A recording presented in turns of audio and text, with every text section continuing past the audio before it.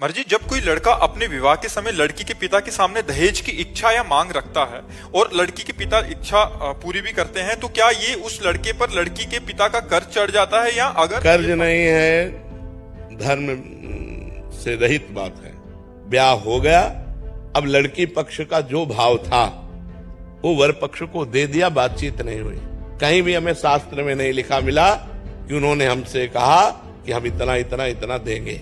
वो कन्या दी, उसके साथ जो उनका भाव रहा, वो चाहे 1000 सोने के रथ, 1000 हाथी, ये वो दे दिए।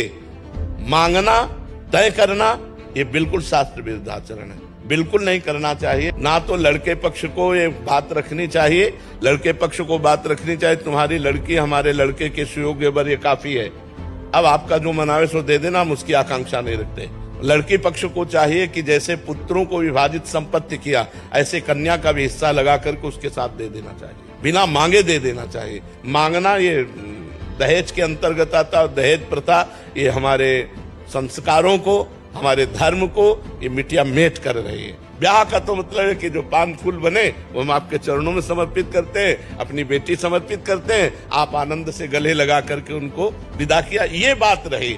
और ये दहेज प्रथा जब तक रहेगी हमारे समाज में कलंक है, कैंसर है ये, जो लड़कियों के अस्तित्व को मिटाने वाली है, जो लड़की के प्रति हे भाव पैदा करने वाली। सुशील, सज्जन, शांत, परम पवित्र परिवार कोई लेने के लिए लड़की तैयार नहीं, तैयार है रुपया लेने के लिए। 10 लाख फलदान में दीजिए, इतने परीक्षा में दीजिए, इतने ब्याह में दीजिए। किसान आदमी 10 लाख कहां से देगा? किसान आदमी को जीना मुश्किल होता है, उसकी सिंचाई, उसकी मल, बहुत कोई 100-200 बीघा का जमींदार हो तो बात अलग है, 10-10 बीघा जमीन है, उसी से पूरे परिवार का पोषण होता है। कुछ चंद रुपए बचे, वो स्कूल आदि की पढ़ाई, कपड़ा लत्ता, इसमें खर्चा होता है। अरे बड़े खर्चा गृहस्थी में होते हैं। तो ब्याह का मतलब खूब बढ़िया खवा पिया दिया, जो रूखा सूखा है वो तुम्हें दे दिया, और बिटिया लो और कमाओ खाओ जाके। अब ये जो दोहन किया होती है दहेज में, ये बिल्कुल निषिद्ध है। हमें लगता है न देना चाहिए न लेना चाहिए, दोनों के विरुद्ध में बात रखनी चाहिए।